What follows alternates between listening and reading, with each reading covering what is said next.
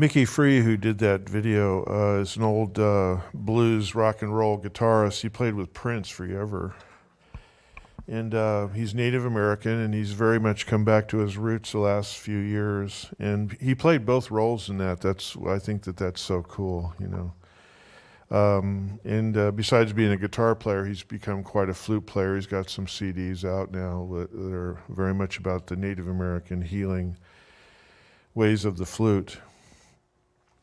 I don't know what he had in mind when he made this video, but recently, the synchronicities is that recently I've been reading a lot about the Southwest Native Americans around the healing power of the flute, and we all know about Kokopelli, who this little interesting deity who runs around with a flute and has the hair or antenna or feathers or whatever that go back, and he's kind of humpback, and he looks kind of like a cicada, and the Southwestern Native Americans had a very deep spiritual relationship with the cicada, and the entire flute idea of healing and magic, or whatever you want to call it, came out of that because of the sound the cicada makes. The cicada would come into making a lot of noise every year in the Southwest when the days were very cold, and in some regions there was snow, and the cicada, they believe, brought warmth and brought fluid, which was the spring rains, so that the Native Americans of the Southwest, who had been farmers for centuries, they could start to grow their crops.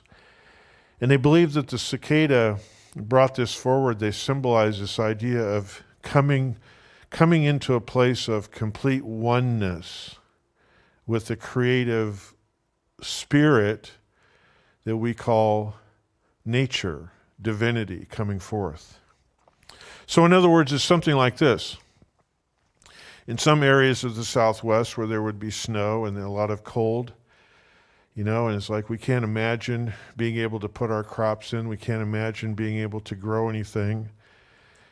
The cicada would come forward and just know a difference, would not buy into what was going on in the physical realm, and just come forward and begin to sing their song, to begin to play their flute. And so the Native Americans saw, earlier someone called out the idea of faith, having faith, believing in faith.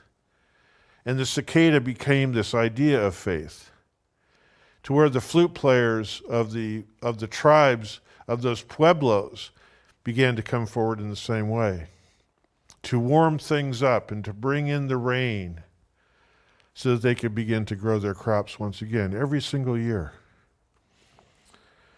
The idea of moving beyond what we may be experiencing in any given moment. We talked about this idea earlier today about Ukraine and that part of the world and other things that are going on within our own communities and beyond. Sometimes we drive around or we turn on the news or whatever, and we find ourselves kind of flooded with negativity and darkness, and maybe there's some of that in our own lives too, the idea of limitation. And what the teaching of New Thought talks about is this idea of knowing the truth behind the appearance. Charles Fillmore, who was a co-founder with his wife, did a lot of work around the idea of prayer as it's portrayed in the biblical book of Matthew 6:6. There's a verse, and Charles Fillmore was very much moved by this verse in the Bible and did some work around that. And the verse says, "Enter into your private place, shut the door, and pray."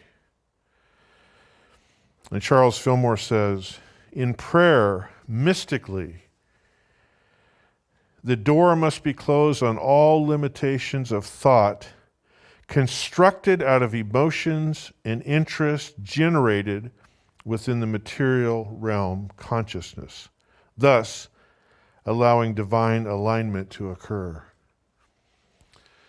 So the Native Americans in the Southwest believed that as they played their flutes, aligning with the cicada, there was an alignment with this idea of spirit, of the truth, what truly is, that we can't see at this moment, but we can open ourselves up to. There's a beautiful Taoist piece that I'm going to share with you today, a story, and this was inspired by Alan Cohen, who wrote a book called The Tao Te Ching Made Easy. And first of all, before I get into telling the story, I want us to think for a moment about a particular kind of pot that was popular in the East in ancient times, so the eastern part of the world. It was called the wide-mouthed pot, symbolizing through its design an enthusiastic receptivity. I love that, an enthusiastic receptivity. This pot, I'm ready to receive. I'm here. I got a wide mouth, right? And it was very often given as a wedding gift. And so potters would make these pots when they were invited to a wedding to give it to the bride and groom. And I love this idea. I don't know how many of you have ever attended a wedding. You know that somebody's getting married, so you go to the wedding. So you find out, where the bride's lists are and stuff, and you go to those stores, and you look around, and you think about the colors they've chosen and the items they've chosen to bring forward. And so there's this idea of intention in all of that is kind of a neat idea. So in other words, if I'm going to go to a wedding and I think, okay, I go shopping for something for the bride and groom, and I think about these two people coming together and they're starting a life. And they're whatever limitation they may feel in their lives, at the moment, they just think about the possibility and potential of moving forward. And so let's say I decide to buy him a gravy boat, right? How imaginary is that? But anyway, so I buy him a gravy boat. And so when I think about the gravy boat and I think about the meals that it sits at the table with these two people, and if they should have children, the gravy boats that's there are present for those children. Or if they don't have children, all the entertaining they do, or all the times they spend together, the times they sit at a meal and either are completely in sync and completely overtly in love with each other, or the times they're sitting there and they're dealing with a challenge, or they're dealing with a diagnosis, or they're dealing with lack. And think of the gravy boat being present to nourish them through those times as well. To nourish them. This gravy boat is a symbol of possibility and potential. And that's what these pots were in the ancient East, where, it was like, there's a Taoist saying that goes along the lines of the greatest meaning of a vessel or a pot is its emptiness, its receptivity. What are we going to fill it with? That's like the cicada. What are you going to fill the ground with? The flute player. What are we going to do with all the water and warmth that comes forward? So there's a story where a Taoist monk or student needed to find their teacher, their master teacher, and talk with her and study with her this one day. He was really struggling with his own life and struggling with grabbing a hold of the teaching. So he was looking for her, and she lived in this cabin in the middle of a bamboo forest in a clearing. So he made his way to the cabin, and he looked all around, and he couldn't find her. He knocked on the door, and he even opened the door and looked around. He couldn't find her. He became worried. So he looked around the property that the little cabin was on, and out and back was a shed. He never really noticed that shed before, but it's back there. And so he starts heading towards it, and he kind of hears this rhythmic sound. It's kind of quiet, but it's there. Kind of a squeaky, rhythmic sound. So he walks up to it, and the closer he gets to the shed, it becomes louder to him. And so he comes up to a window on the side of the shed, and he looks in. And his master teacher is there at a potter's wheel. And she's working on a pot. and her foot is going on the wheel, and her hands are in the moist clay with great grace and dignity is forming this pot.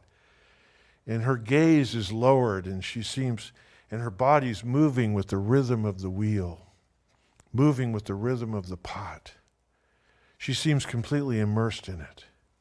In fact, she's so immersed in it that she is unaware that he's there, seems unaware of anything else.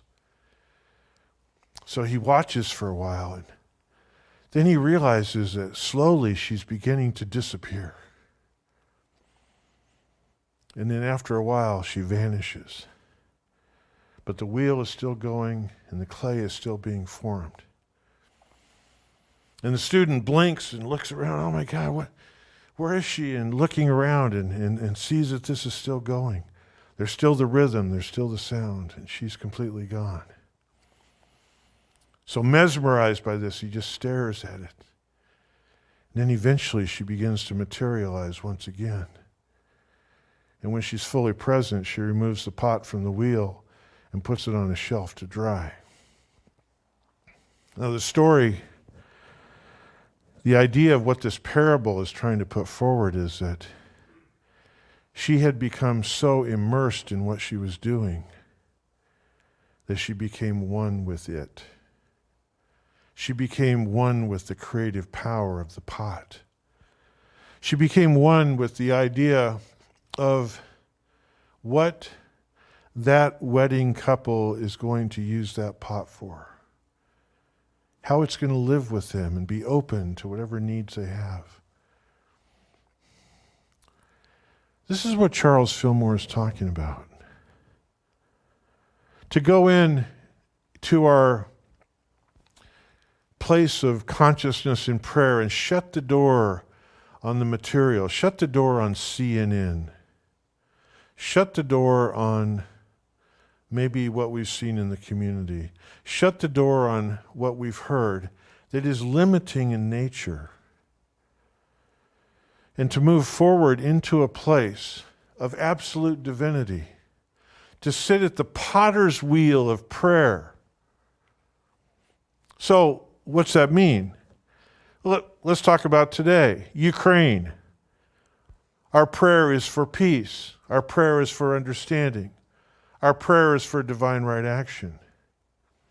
But in order for affirmative prayer to work, we have to come into that place and using our intention, our imagination, go into a mystical place. And this is a very mystical idea of what does that look like? What does that look like? For an average Ukrainian, I mean, our imagination is the greatest theater ever devised. What's it look like for a Ukrainian child to be going to school and getting together with her friends on the way, holding hands and skipping along and laughing and joking and going into that schoolhouse? What's it like for Ukrainians to get up every morning and have breakfast with their loved ones, get in their car and go to work, or get on the train or get on a bus and go to work and do whatever they do? Sell insurance, make food, go into the medical world, the legal world, whatever it is. Knowing, and when they say goodbye to their loved one at the door, everybody knows they're going to see each other at the end of the day. That's what we have to do. We have to come into a place of visualization.